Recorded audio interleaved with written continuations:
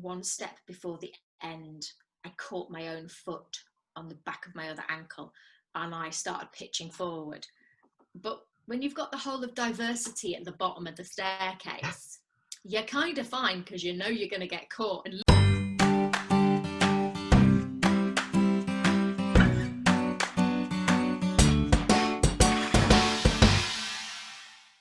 Hi guys, welcome back to Interval Conversations. I'm very excited for today's episode because I am joined by the wonderful Emma Williams. Emma, how are you doing? I'm really well, thank you. Yeah, I'm really well. Surviving lockdown as best you can when you've got a 7-month-old. But yeah, we're all good. We're here. So for people watching the podcast, you will recognise Emma from West End shows. She's been in a few films. She's on multiple cash recordings. And she's a Halifax lass herself originally. Yeah. So I left Halifax when I was 18 years old, but I still call it home. So yeah, the accent's gone a bit muddled, but yeah. It happens. So Emma, how did you first get involved within the theatrical industry? I loved dancing as a kid. I always wanted to be a ballerina, one of those little girl dreams. And I went to a local dance school that still exists and is there. I went to Sandra Whiteley's School of Dance. And from there, I went to Hattie, Halifax Amateur Theatre Youth, for a couple of years and did some shows with them. And then when I was 14, I moved to Stage 84 in Bradford, where I'm also a patron now. And so I did shows with them. And along the way, I got to audition for some television dramas like Heartbeat, Where the Heart Is. I did one called Forefathers as well. And then finally, when I was 17, I made a movie called The Parole Officer with Steve Coogan. And that got me the break into getting an agent in London. So I kind of stuffed up doing my UCAS forms for university in time because I was filming 16-hour days at the time. And instead spent those evenings in the hotel learning my script, and then took a gap year. And during that gap year, the agent in London signed me, and my second audition was Chitty, and that was it. So I sort of went from, I think, 10 days start to finish from my first audition of Chitty Chitty Bang Bang to getting the job and being launched to the press. It was very strange. So could you tell us about some of your show experiences, the ones you've done over the years, starting with Amdram, going to professional? Oh, I mean, my first role that I ever played was Peggy Sawyer in 42nd Street. That was with Hattie. And we were the first junior amateur company in the country, I think, to get the rights to do it. So it was pretty cool. And I loved tap, and I still do. It's the one dance style that I'm vaguely okay at. But it was, I don't know, it was one of the most amazing, incredible experiences. And because so many of the company were also at the dance school that I was at Sandy Whiteley's, it was just like getting to do extra social with your friends and do the things that you love. I think people forget how many professional actors make their start in amateur dramatics, particularly in theatre. It really does feed everything, film, television, the works. And I don't think I know anyone that I've worked with professionally in the West End that didn't start in amateur dramatics. So it's a really good grounding for you. It teaches you an awful lot. And at Stage 84, I did shows like My Fair Lady and played Eliza Doolittle at Edinburgh Fringe Festival. I did Anna in The King and I at the same time as the show was on in London. We did it at Bradford Alhambra, which was quite bizarre. Lucky. And I remember on my 18th birthday, we went to go see. So I was 18 at the time I was doing it. And my 18th birthday, my mom and my brother and I all went to London to see The King and I in the London Palladium, the very back of the gods. And I nudged my mom and I went, Mom, I'm going to be on that stage one day. And it was less than a year later. So strange. Yeah, so strange. In fact, when we did the press launch for Chitty, which was also the London Palladium, I was taken onto the stage where it still had The King and I set that I'd seen that May. This is in the November. And I'm standing on that stage staring out at the seat where I sat. It's so weird when I think about it. I don't think I realised at the time quite what a big deal that was. I really do now. So playing Trudy Scrumptious in the original cast of Chitty Chitty Bang Bang was my big break in West End theatre. And I pretty much normally, for most of my career, I've created roles, or I've been one of the first people to play them in the UK. And that's been quite amazing. It's a challenge, but it's a pretty cool challenge. So you've already sort of touched upon it when you said you got an agent. But what was the point where you went, I want to do this for a living? When did you decide to go professional? I think I'd always wanted to do it for a living. As I say, I wanted to be a ballerina when I was growing up, but I failed my Royal Ballet auditions twice. I got quite far and then failed them. The first time because they still had height restrictions and I was going to be too tall. And the second time just because I wasn't good enough, frankly. It's a really cutthroat industry, the whole performance industry is. And I think I always realised that without a way in, I would need to have what I call my mattress plan, something to fall back on. So I did my GCSEs, I did my A-levels, I didn't do drama at all, I didn't do dance at all. They weren't part of my qualifications. I studied French, German, Latin, business studies and general studies for A-level, and had a place at university to become a translator. That was my intention. And it's only through, I think in many respects, chance and circumstance that during the filming of Parole Officer, there were some agent representatives on set. They asked me if I had an agent. I explained the situation with me being a teenager, being at school still. And I got given a business card and told to give them a call and somebody might be interested. And that was that. The film came out and I met my agent about a month later at that agency, which was Independent Talent Group, as they're called now. And I was there for 13 years with them. But I honestly don't think probably until about 3 or 4 years after being a professional in the West End, I actually thought I was going to get to do it for a career. You think, well, it's a one-off, and when the work dries up, I'll go to university. And I just kept having to phone my university going, can I extend my gap year for another year, please? Until I think 4 years after the fact, I said, I don't think I'm coming. I'm really sorry. Oh. So another thing you touched upon, you've originated so many iconic roles, and as I was saying to you before we start recording, you have Truly Scrumptious, you have Helen in the new version of Half Sixpence, Jenny, Maureen. What is it like having the experience of originating these roles? I think I've been very, very fortunate. It's never something I set out to do. It wasn't a case of me saying, I'm only going to play original roles. I mean, I've auditioned for Glinda and Wicked, I think 7 times, and I can get quite far. I just can't get it. It's like the job that got away.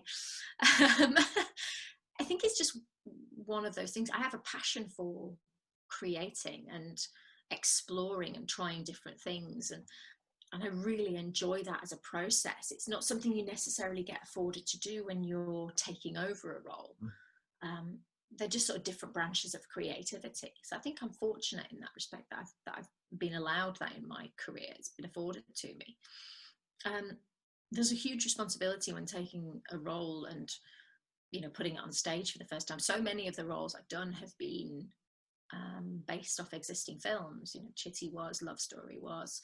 I think possibly the only 2 that I've done that were Desperately Seeking. No, not Desperately Seeking Susan, that of course based on film. Love. Oh God, I'm sorry, I'm so baby tired. We had like 2 hours sleep last night.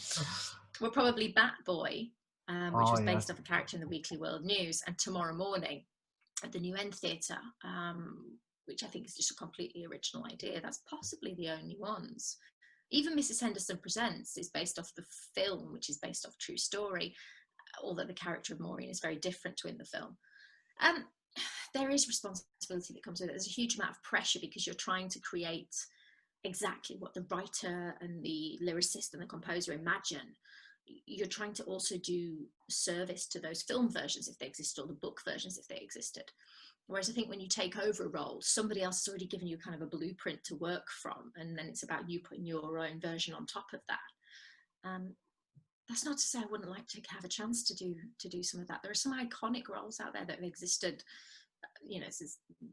since theatre began, that it would be amazing to get to be one of those people to play them, whether it's taking over in a production or in a new production or something. I think you can't limit yourself in that respect. If I was only ever going to play original roles, then I'd never get a chance to have a go at, say, Lady M or somebody like that. I'd never do a Shakespeare because they've all been done. So I think it's about trying to always push yourself and challenge yourself and try something new and to make brave choices and be confident in them, maybe. maybe. Because what's your process with originating these roles? Do you look at the films? Do you read the books? Do you go off what people know? I know a lot of people don't like to say look at a film version of something if they're auditioning for it on the stage. I think Michael Xavier and I had this conversation that he didn't watch Love Story until after he got the job. In fact, I don't even know if he watched it in rehearsals. Whereas I'm a bit of I'm a research whore, you could say. Yeah. I like to absorb everything. If there's a book, I want to read the book. If there's a film, I want to read the film, which isn't necessarily a good thing because you're piling yourself with ideas. But I have a big thing about research. I like to do contextual research. So, say for Half a Sixpence, I wanted to know what the socio-political climate was at the time. I wanted to know what was expected of women in that Edwardian period, so I could figure out why Helen was slightly different or why she was of her time. You know, to try and figure out what it was. I like to explore text. I like to look at a script that's given to me and try and understand what a character's saying and why they're saying it. And it's more often than not, it's not about the actual words they say, it's about what they don't say, or it's about the way they say them. You could take a simple phrase like I'm sorry and say it in 100 different ways, and each one will have a different connotation as to whether that person means it or doesn't, or whether they're blaming the other person or blaming themselves. And that, I think that's my process, is trying to slowly piece things together and you know, take all those little jigsaw pieces of information and figure out who the character is, so that when I present something, I know deep in my soul who the person I'm playing is. I suppose it's a very Stanislavski kind of way of working, that I have to be the character and I have to understand them, even if I don't empathize with them. I have to understand who they are and why they do what they do in order for it to make sense to me. If I'm not believing what I'm doing, then why should an audience? You know, it's sort of always a good place to start from. Even if you're doing something horrible as a character, you need to know why they do it. You know, and if it's firmly as they kick the kitten because they don't like kittens, I'm not going to like that person, but I understand why they did it.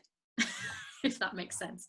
Please don't kick kittens. Nobody should kick kittens. It's a horrible Public service announcement. Don't try this at home. Please don't. So what would you consider is a personal highlight for you over the years?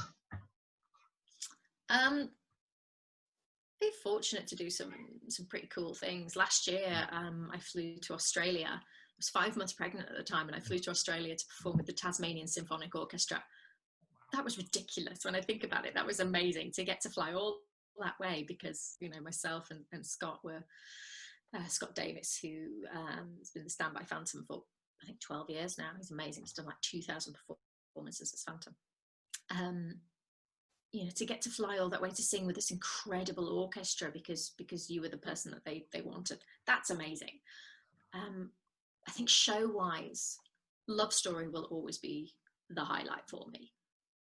Love Story was the most incredible experience, the most fulfilling and rewarding experience, not just for the show itself, which I don't think I'll ever get a role that was so brilliant and beautiful and intelligently written, and such a joy to play, particularly in such a tragic circumstance. But also the people, the team involved were amazing, and, you know, really good friends now. That was an exceptional piece of theatre, and I was so very, very proud of it. Yeah, that one was pretty cool. Desperately Seeking Susan in its own way was ridiculously cool as well. I made some very good friends on that show, and I got to meet Debbie Harry and be a punk, and I mean, who would ever cast me as that? I never would have imagined it.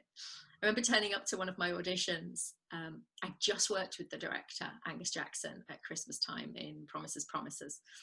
This was about 6 months later, I think, the first time I auditioned for one of the workshops. And I knew that I had to be taken seriously for the role, and that was going to mean sort of involving dressing for the role. I turned up in like kind of green cowboy boots, tiny hot pants, sort of a rough and ready ripped shirt, kind of white shirt over the top like a man's shirt, punky makeup, hair bleach blonde and all over the place, and like I felt properly cool. I did my audition, and then after my audition, I was leaving the building, and Angus came running out, and he went, "Em, I didn't recognise you. I just looked at who we'd just seen, and they realised it was you." I'm like, "Oh God!"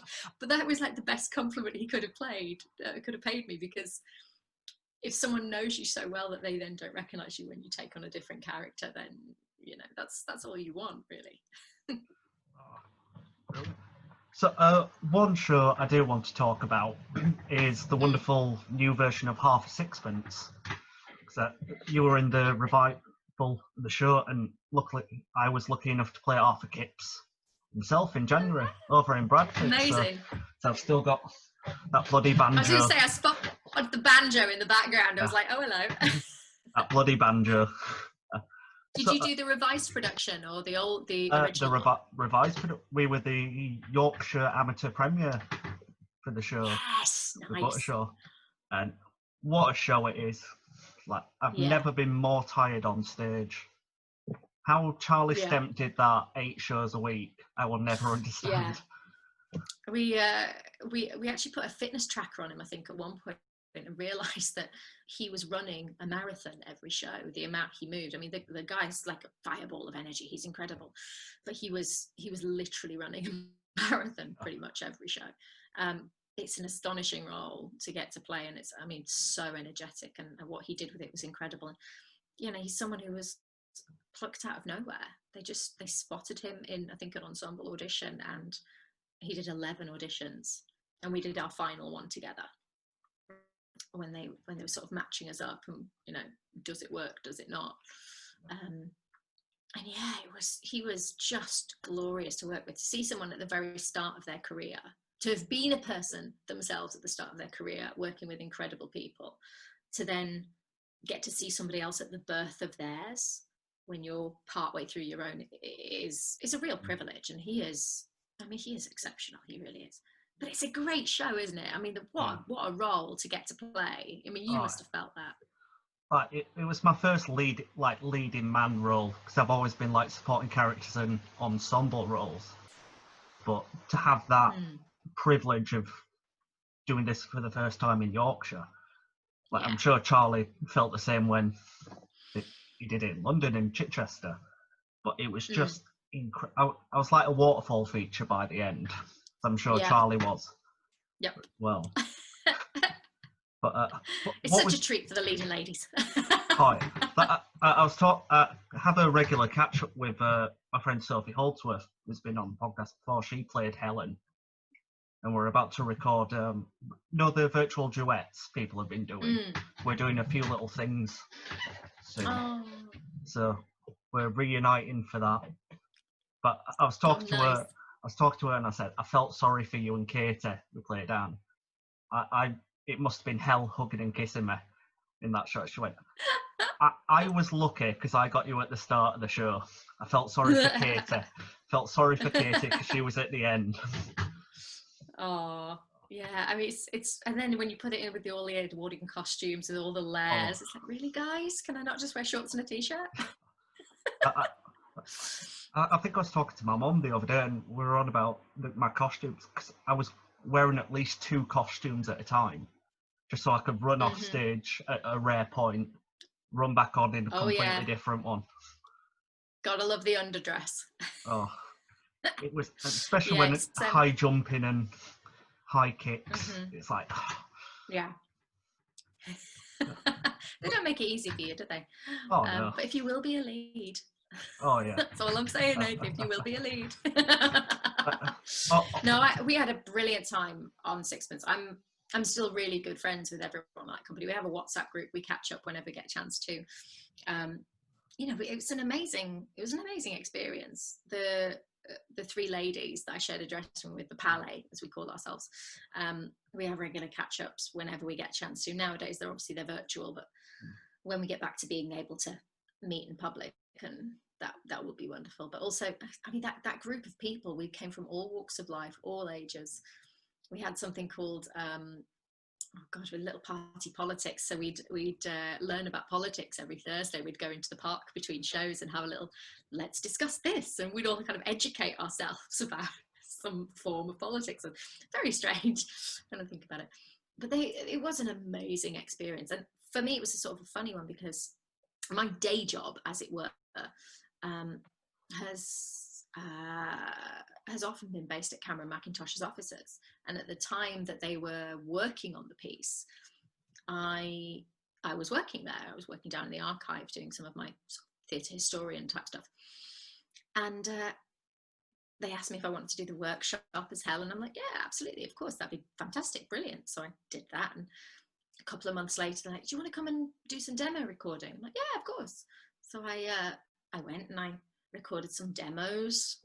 We were testing out with the orchestra and the orchestrations, and I recorded both Helen and Anne. And then there was one random Friday, and I was at my desk and I was typing away, and I got this phone call from the casting head of casting. We're just working on a song for Sixpence. Like, oh, great. Would you come up and do some vocals for us? Yeah, I'll just ask my boss if I can leave my desk. Great. Went upstairs to the studio. There's me. There's another actress called Lizzie, who's amazing, who's going to be playing the lead in Hairspray in the West End when it comes next year. Lizzie B, she's fabulous. And we recorded the song that they sing at the pier. The Anne and what's it called? Oh, brain. Oh my gosh, this Touch is terrible. touch of happiness. Just a little touch of happiness. And I recorded Anne for it. We recorded about 3 takes. And there's George and Ant's there. We're having a lovely time. It's all brilliant. We're recording it in the studio that it has at the offices. And then Cameron comes in and listens to it. And he's like, fantastic. And gets the wine out. And we all have a glass of wine to celebrate. And he went, right, now do it again. I'm like, what? I'm a little bit tipsy at this point. And we did another demo of it. Absolutely tipsy as anything. And then I had to go back to my desk and go back to work. It's terrible. So if you've got a copy of that recording, please send it me. I do have a copy of it. It will not be leaving my house. I'm very, very sorry. But we had so much fun. We had so much fun learning to play the bloody banjo. And I understand that pain. You know, I understand that pain. I mean, it was glorious. It really was. And it's a show that, God, I could have done it for a couple more years. I would have been so happy to stay in it. It was wonderful. It really was. Because Half Sixpence sort of changed West End a little bit because they introduced more matinees into the show week, didn't they? I wouldn't say necessarily that we changed the West End. Yeah. We had or opened it up. We had a different schedule. Basically, for a long time, schedules have been controlled by the contracts that we have with SALT, the Society of London Theatre, and Equity. And as we've adjusted those negotiation contracts, then they've opened up the opportunities. So say Mrs. Henderson Presents, we did a Monday evening, then we had Tuesday off, then we did 2 shows Wednesday, 1 show Thursday, 2 Friday, 2 Saturday. But then say Avenue Q in the same theatre used to do a 5 o'clock and an 8 o'clock, so we do back-to-backs because the crowd that you're aiming for. So, Sixpence was aiming for a matinee crowd was good for us. So we had one random day where we had a matinee and then no evening, which is very strange as far as schedules go, but was quite nice. We got to go and see other people's shows. There's no hard or fast rule, I don't think, to how a schedule works. And family shows, they tend to try and move one of the shows a bit earlier. Often they'll have Sunday shows. Now that we don't get the same payments for doing Sunday shows, whereas it used to be that Sunday was very much a sacred day, and that's what makes the theatre industry very, very hard when you've got a family. If you're working 2 shows Saturday, 2 shows Sunday, you never see your kids if they're older and at school. I think it's a big, big concern for many people working in theatre. Is how you have a long career if you also want to have a family, and the two shouldn't be mutually exclusive. You should be able to do both. But what it did that was surprising was the amount of young people who became fans of the show. A show that had been around for so many years, and yes, it was a revised version of it, but it wasn't so grossly changed from the original. And it just shows you that those classic musicals, that canon of musical theatre is so brilliantly done that it does deserve to have a life, and it will appeal to younger people. I think people often write off the older musicals as only being for for the pension brigade, and that's just not true in any form. Our younger fans were incredible. Stage door was like coming out of a pop concert. It was weird. Because I remember coming to see the show because I took my mum to London for the weekend. Like went to Harry Potter tour, went to see Play That Goes Wrong, stuff like that. And we're like, oh, Emma's in a show. We'll go sit, and we managed to get front row tickets for it. My goodness. And I'd not seen the show at all, or listened to any. I think I'd seen it, like the trailer that was put out. I went, this actually looks really good. Let's go see it. And I just fell in love with it. I was like, I want to play that role. Then a few years later, I got to suffer the same pains Charlie does. Yeah. Ice baths and a lot of ibuprofen. Yeah. A lot of ibuprofen. 2 shows a day was a killer. Yep. Yeah. It's quite incredible, actually, when you think about what you put your body through on a show like that. Those particularly physical comedic roles like that, they're like Me and My Girl as well is very, very similar. Nixon, yeah. I mean, so much of them is dependent on the actor themselves as to how much physicality they put into it, but it's almost so much more exciting when you see someone who goes hell for leather with it, I think. We actually got a video message from George Stiles on the opening night. Lovely George. Really wishing us the best of luck. And he just went, I hope you've got a good guy playing Arthur Kipps. Well, the rest of the cast needs to go, but Arthur's important. I was like, right, no pressure. No pressure whatsoever then, Nathan. No pressure. And Charlie sent me a little message as well from Backstage. Oh, lovely. My friend Leon K, who does West End shows as well. But he said, I know Leon. It's surprising. I do so many messages for people that send me things going, could you send us a little video message for our production of Sixpence? I've never had it for any other show as much as I get for Sixpence. It's interesting, actually. So moving on from Half Sixpence, do you have any onstage or backstage mishaps from over the years? Oh, I am so clumsy. It's bordering on ridiculous. At one point on one show, I think it was Zorro, I had my own accident book because I constantly fell over. So let's start at the very beginning. It's a very good place to start.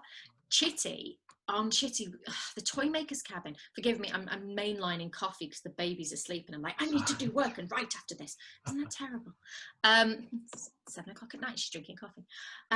So the toy maker's cabin used to come truck downstage and have these doors that opened and a flight of stairs inside. And I remember about 200 or 300 shows into the run, I came through the top of the doorway. I went to run down the stairs, and I've got Michael Ball behind me, and I've got 2 children, I think, behind him. So we're all kind of, tracking down. I took 2 steps forward and fell the rest of the steps and kind of sort of rolled onto the floor, and then had to crawl like mad because this thing's still trucking down in front. And I heard the audience go, brilliant, really good, really good. On Zorro, oh my goodness, on Zorro, I was, everyone has their rituals before a show, and one of mine used to be walking through the auditorium and sort of getting some feeling for it. And I was, it sounds really stupid now when I say it, because I was walking across the arms of one of the chairs, just kind of getting my sort of like gathering myself and getting my balance together. And the resident director, Christian, came in, she's like, get down, you will hurt yourself. I'm like, no, I'm fine. I'm like, get down, you will hurt yourself. I'm like, fine. Got down onto the floor, and I jumped about like 2 or 3 times. I went, see, I'm absolutely fell over. I caught my leg on the arm of the chair, and I kid you not, I had a bruise that was that big. And it went purple. This is a couple of nights before press night. So on press night, I had to cover myself in body makeup because that part of my leg was seen. It was all across the top of my thigh, and I've got like knotted muscle there now where I damaged it, but it went purple and then it dripped. It was like the blood inside just kind of dripped down my leg. It's not good. I broke my ankle on stage. 15 Oh, wow. minutes into Promises, walking off one of the vomitorium exits at Sheffield Crucible, which are the sloped exits. If you ever watch the snooker, you'll see them. I think that I caught my heel on something and went over into my ankle and thought, "Ooh, that's not good. It's probably sprained." I did my quick change, limped back on stage. It was sort of one of those roles that never really leaves the stage much, Fran. And as I got up, I must have sworn really loudly as I hit the deck. And when I got back on stage, I just heard this woman go, "Oh, Ethel, she has hurt herself." And the top of Act 2, there's this whole big scene, and then Fran, spoiler alert, tries to commit suicide by taking some pills and gets into a bed and covers herself with a sheet. And she's there for about 15 minutes and you don't know if she's dead or alive. And the minute I lay down that night and I put the sheet over me, the weight of just the sheet across my ankle made me nearly throw up. And that's when I realized I'd done something serious. We got to the end of the show, my ankle was black. And Adam Cooper, the choreographer, the amazing dancer, insisted on me going to hospital, and it turned out I fractured my ankle really badly. But they don't pot it, so they kind of gave me crutches. I took 3 days off the show and then I went back and finished the run. Because, of course, that's what you do, isn't it? Yeah. And then Love Story was funny because doing pasta, where we actually cooked a live pasta dish on stage, a real pasta dish live on stage. But there was a reason why it was only ever me that ate. And I was chopping the garlic at the beginning with my knife skills, like really, really quick. I'd chop off little bits of my finger and they'd end up in the pasta. Really gross. And I just remember Michael, like one of the first performances, like going for it like this. I'm like, and held up my hand, and my hand was like dripping blood really badly. Oh. So on a shelf on the kitchen unit, we used to have about 3 different tea towels, bandages, plasters, antiseptic wipes, because a couple of times I cut myself so badly that I couldn't get the bleeding to stop. So we had to have options, because for that entire show, it was a 1 hour 43-minute show, and I left the stage for a total of 8 minutes, and that was costume changes. So we'd get off the stage one side, we'd run around doing a costume change on the run, slip on a new pair of shoes, walk in the next exit or next entrance. So yeah, there wasn't really any time to go, "I'm really sorry, could we stop the show because I'm bleeding?" And they're like, "Girl, you're dying of cancer, you've got bigger problems." So yeah, so most of my mishaps are very much about me being incredibly clumsy. We had on Palladium Panto as well, obviously with the walk down, you get these amazing dresses and they weigh a ton and they're enormous. And you go up the staircase, you slide round the corner, and you get to the top, and you're like, "Oh, here's the dress, fabulousness." And I'm doing the careful walk, and I've worked in hoops. I know how to walk in them, and I know that you do the stairs. It's like a heel goes on the very back of the board, and then you slide it down, and the next one you slide it down.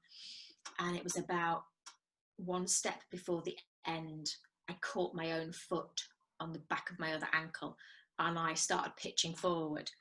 But when you've got the whole of diversity at the bottom of the staircase, you're kind of fine, because you know you're going to get caught. And literally 3 of them went poof, and I was fine. It was, "Thank you so much, boys," and on we go. I didn't quite have that same experience in the dress rehearsal of White Christmas the following year at Curve, when my finale dress wasn't quite finished yet, so they hadn't lined the inside of it, and as I walked back to present the band, including my husband in the band, James, my heel went in the back of one of these loops that hadn't been covered yet, and I went absolutely head over heels, crashed onto my back, and started howling with laughter.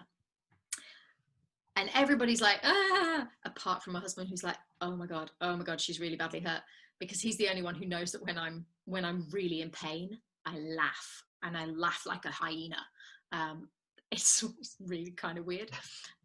Physios find me hilarious. They're like, kind of, "Cause is that painful?" Yeah. So weird. I think it's a coping mechanism.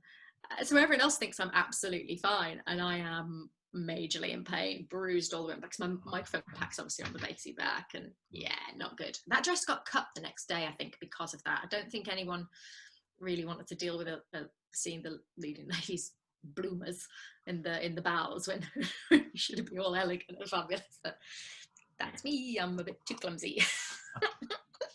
So as you just mentioned, the Palladium Panto, what was it like going back to the Palladium? Obviously, after Do you know, it was amazing and yet so weird, because in the interim, the Palladium had a major facelift Backstage and was nothing like it was when I was there. It's so weird. It's familiar and yet not. I was wandering around going, oh yeah, that was where so-and-so was. And, oh yeah, that was so-and-so's dressing room. And then get completely lost because like staircases seem to have moved. It was very, very strange. But then you step out on that stage and it all comes flooding back, and it's so familiar, and it's the most incredible theatre to get to work in. It really is. And I'd love to go back there again, because you know, twice in a career is just not enough. I don't think. So, what would you consider is the hardest part about your job when you're doing shows? The hardest part is dealing with rejection. Is dealing with the fact that you will go to so many auditions and you're just not right for them, or you might be right for them, but like 12 people are right for it, and then you have to work with who's the best person. And sometimes it doesn't come down to you being the best, it comes down to where the best fit is, or it comes down to the fact that you're, you know, 3 inches taller than the leading man, or it comes down to the fact that you're 10 years older or 10 years younger, or you know, they're all pieces in a jigsaw, and understanding how not in control of that you are is difficult, but is a good thing to get your head around. At times like this, the instability has really sort of shown itself. You know, the middle of a pandemic, when theatre is crying out for help, and thankfully this morning, so for those people watching, obviously, we're filming this the day that Oliver Dowden announced that the arts would be getting 1.57 billion handshake, help out, I don't know what the word is, funding, help, anything, because otherwise we will lose our theatre industry. There is no doubt about that. I don't think people necessarily understand quite how expensive it is to keep theatres running, and how if they're not bringing anything in, they can't survive. And our industry is world class. It would be horrific to lose it. But then a time like now in this pandemic, we have no income. Even my sideline job, or sideline jobs, are all based within the theatre industry in some way, whether they're about the administration side of it, or whether they're based in the historian side of it, being an archivist for it, or even down to teaching, and everything is within that field. And so right now, financially, everyone in my industry is scuppered. We really are.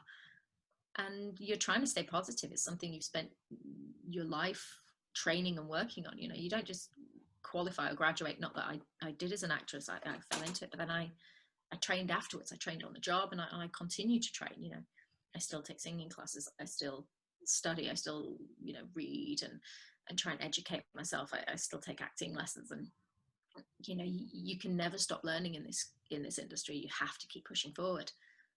And so to then not be able to do anything in that field, and to be trying to find alternative ways to pay your mortgage, raise your child, it's hard. I'm not going to lie, it's hard. And you know, so much of this industry is hard already. You have to really want to do it for a job. If you just do it because you find it fun, then great. But I really hope that you're one of those people who's incredibly rich and very, very fortunate. If you're not, then you got to really love it to put yourself through some of the hard times. Let's be honest. It's never gonna make you a millionaire, generally. I think everyone has this sort of false idea that everyone who works in theatre is incredibly wealthy. I'm like, nah, sorry. So many of my friends, the minute the pandemic hit, were immediately getting additional jobs in supermarkets or delivering. Or I have a friend who writes brilliant posts from her days in Holland and Barrett, when people come in and going, can I have some of those kaya seeds? Kaya seeds. She's like, do you mean chia seeds? Yeah, them. That's fine. Stupid stuff like that. But you know, it's I wouldn't do it if I didn't love it. And I really love it. I've always said that if I lose the love, then I'll stop and I'll do something else. And so far that's not happened, and fingers crossed, touch wood, it will never happen. I mean, I say this sitting on a set of theatre seats. Stagey. And I think we found the He's a most rescue from showbizy Stratford guest East. so far. No, it's actually the only seats we've got with a back on. We've got a sofa and then we've got benches, but yeah, I mean, this is stagey. This is it's my husband and I in Lego. We're such geeks. I love it. So, just moving up to that, what would you consider to be the most rewarding part of your job as well? The most rewarding part is I mean, to perform is an amazing thing. To be allowed to do that is incredible. If someone ever comes up to me and goes, "Thank you," that's enough. And the reason being is you don't know what that thank you is for. Love Story, I used to get a lot of people waiting at stage door to say, "Thank you so much. That was incredibly cathartic. I lost my friend, my lover, my partner, my mom to cancer. This has helped me find a way to channel it." On Sixpence, we got a group of girls who were all struggling to find friendships, and through the theatre, through going to the show, they found each other, and that was amazing, because they found their mutual love, and that gave them something that linked them. You will never beat the feeling of making a child smile, or seeing a kid's mesmerized face, like looking down from the car on Chitty and seeing like 5-6-year-olds like that is amazing. Magic is an incredible thing. Theatre is magic, but you cannot cheat a child. When you give them magic, they're completely invested, and they'll tell you if it's rubbish. You know, you go, "Did you enjoy the show?" Like, "No, it was boring." They'll tell you. They will tell you. So if you can capture a child's imagination, particularly in an era that is, you know, filled with television and internet and gaming consoles and, you know, tablets and phones, if you can capture a child's imagination with words and music and lights and costume, then that's incredible. I think as we get older, we forget how to play. We forget what it's like to feel that way, and to be able to use our imaginations and be creative. And I think it's one of the saddest things. Being an actor allows me to stay childlike in that respect, just with a mortgage. Oh, that's brilliant. So, this is a question I ask everyone at the end of an interview, and obviously with the whole pandemic going on, we finally have a glimmer of light at time of recording with the funding coming in. What advice, fingers crossed, what advice do you have for anyone wanting to get into this industry? Oh, what advice? Be sure that you want it. I have so many friends who started out training to be actors. And it wasn't that they wanted to be an actor. They wanted to work in theatre or television or film. But more often it starts with theatre. And the reason they wanted to be actors is because that was who was visible when they went to see a stage show. You see the actors, but you don't see, you know, there might be 30 actors on stage. What you don't see is the 150 people behind the scenes. You don't see the wiggies and the dressers, the stage hands, the stage crew, the stage management, the directors and writers, the lighting designers, the spot operators. You don't see any of that technical side of it because you're not supposed to. You know, if you're seeing the magic, but you're not seeing all the, you know, the strings and how it operates, the cogs, everything in the machine that makes it work. And so many friends of mine have started out training to be actors, and then after 2 years have gone, oh, actually, no, what I really want to do is that. So I think if you want to be in the industry, I think it's really, really important to know exactly what it is you want to do and why you want to do it. And it's a really difficult one because, as I say, it's not visible. So you've got to kind of do your research. You've got to try and see behind the scenes what it is that enthralls you and what makes you want to be a part of it. You know, my husband is a drummer. James, he's a Bradford boy, and you know, he's a drummer. He's in Book of Mormon UK tour, or was before the show, pandemic, blah. And he sort of, when he was kind of 17, 18, was like, "Oh, actor, muso, don't know." and found that actually what he wanted to be was just a musician, like not an actor muso or something like that. He wanted to be like, yeah, I'm gonna be a drummer, and I'm gonna be a drummer in musicals. And he set out there and he did his research and he worked his backside off, and he wrote to people, he wrote to drummers to go, can I come sit in, can I which means like they go and, you know, might be able to sit in the pit with the drummer while they play a show and follow along on a pad of music. And you don't quite get to do that as an actor, sadly. It'd be really cool if you could, if you'd go and like shadow somebody. Oh my god, that'd be amazing. But yeah, like really figure out what it is that you want to do, because that way you can properly pinpoint where you want your skills to lie and what you need to work on to be able to get there, and be determined. I mean, god, they say it's something like 40 auditions for every one that you get, which is mad. You might do 40 different interviews and then get a job, and no other industry has that sort of turnover, because often you sign a contract, it's for a year, and then you're back auditioning again, or 6 months into the job you start auditioning again.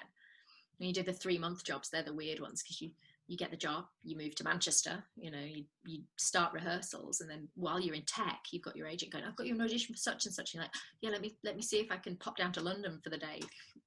It's a constant cycle. You never stop, which is why this is so weird, because we're all sitting at home going, can I have an audition, please? All want to bug our agents, and yeah, our poor agents are going, there's nothing out there in the minute, guys. I'm so sorry. But yeah, you've got to be a little bit steely with it.